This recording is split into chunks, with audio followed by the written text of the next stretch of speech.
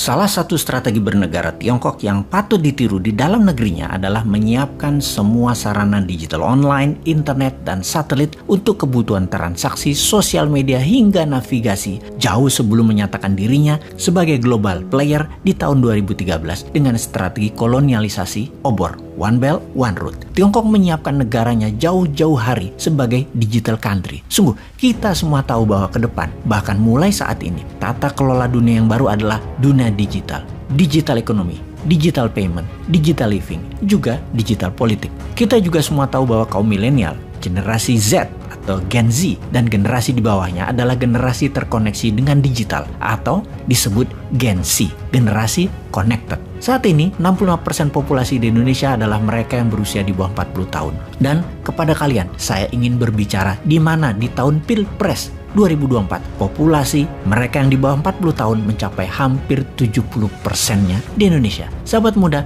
ini adalah era kalian. Saya dan kami yang berusia di atas 50 tahunan adalah generasi pengantar. Kami tekankan, kami adalah generasi perantara. Kami harus mengantarkan Anda terbang, take off segera. Dosa kami kalau menghalangi kalian untuk melambat-lambatkan kalian untuk membuat Indonesia menjadi pengendali dunia ini. Salah kami kalau menunda kalian untuk menjalankan apa yang kalian miliki, yaitu potensi menjadi yang terdepan. Bodoh kami kalau kami masih minta berkuasa lagi atau bahkan menghalangi kalian untuk memegang kendali negara agar kami selamanya berkuasa. Bodoh kami itu. Selama 2 tahun ke depan, inilah masa yang penting. Kalian harus menguasai ekonomi digital secara mumpuni. Kita melihat sebentar apa yang terjadi di dalam The Tale of Two Country, kedua negara Amerika dan Tiongkok yang sedang perang yang ditunggangi globalis. Secara militer, Amerika masih mendominasi. Namun secara teknologi, Tiongkok sudah menyamai. Secara perdagangan, Tiongkok sudah menguasai dunia. Secara logistik dan distribusi, Tiongkok yang menang.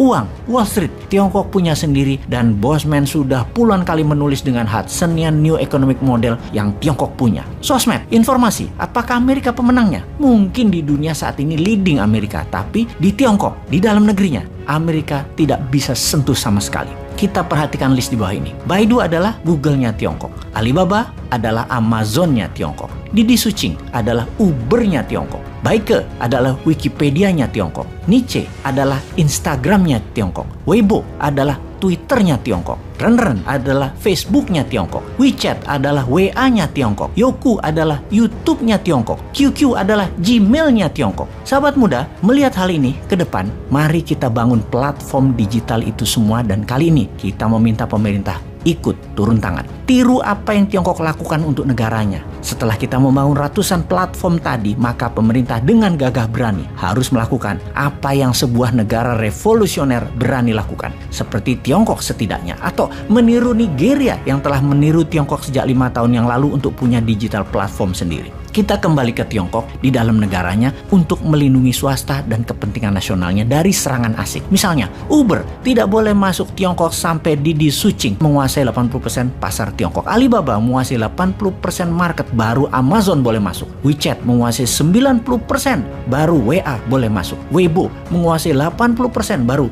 Twitter boleh masuk. Itu nasionalis namanya. Pejabat kalau berani begini, itu baru namanya pejabat yang patriotis. Kalian, sahabat muda, harus bisa membangun platform ini semua mulai dari sekarang, sehingga ketika pemerintah melakukan tindakan proteksi tadi, kalian sudah siap. Sekali lagi saya ingatkan, 2 tahun ke depan adalah masa yang sangat cepat, dan kita semua tahu di dalam waktu 3-6 bulan saja kalian bisa membangun semua platform tersebut. Kerjakan sekarang. Di tahun 2022 ini mulailah buat dan jalankan platform-platform tadi. Sehingga secara sederhana bisa kita kalkulasi. Di tahun depan, di tahun 2023, ketika 80% populasi sudah tersentuh internet, bahkan platform komunikasi 5G sudah dipakai oleh lebih dari 30% alat komunikasi, ditambah aplikasi sosmed beragam tadi sudah milik bangsa, Indonesia sudah menjadi negara digital. Itulah tatanan dunia baru di tahun 2022 ini selepas pandemi. Di tengah masalah militer perang Ukraina, di tengah kenaikan harga bahan pangan dan energi, di tengah dunia menggeser itu semua, dunia bergeser ke arah lebih cepat ke arah digital world, dunia digital.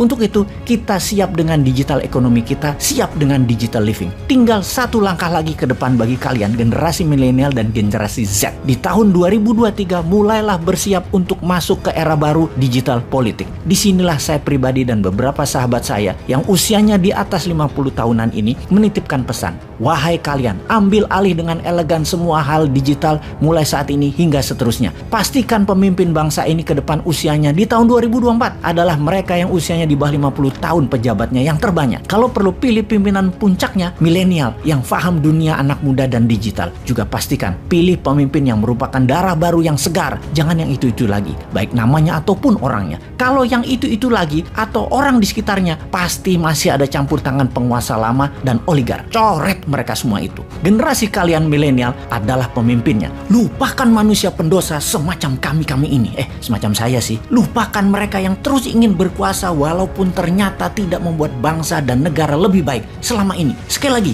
jadikan hanya sebagai referensi yang tua-tua itu. Bukan jadikan dewa kata-katanya. Jangan ditiru kelakuannya lagi. This is Bosman. Bosman hanya seorang ideolog yang membantu kecil saja dengan membuat 1000 video cara cerdas bernegara, dan kalian sahabat muda harus belajar lagi dengan ribuan literatur dunia terbaru lainnya. Buatlah desain baru negara ini. Jangan pakai otak kami yang sudah tidak terbukti tidak membuat semua orang sejahtera. Saya yakin semua senior pasti legowo ketika melihat apa yang kalian lakukan selama 2 tahun ke depan ini. Kalian memantaskan diri kalian untuk memimpin bangsa ini secara konstitusional dalam 1 tahun ke depan. Jika kalian tidak mengambil peluang ini semua, juga tidak berkarya apa-apa, maka saya di tahun 2023 pasti akan menghardik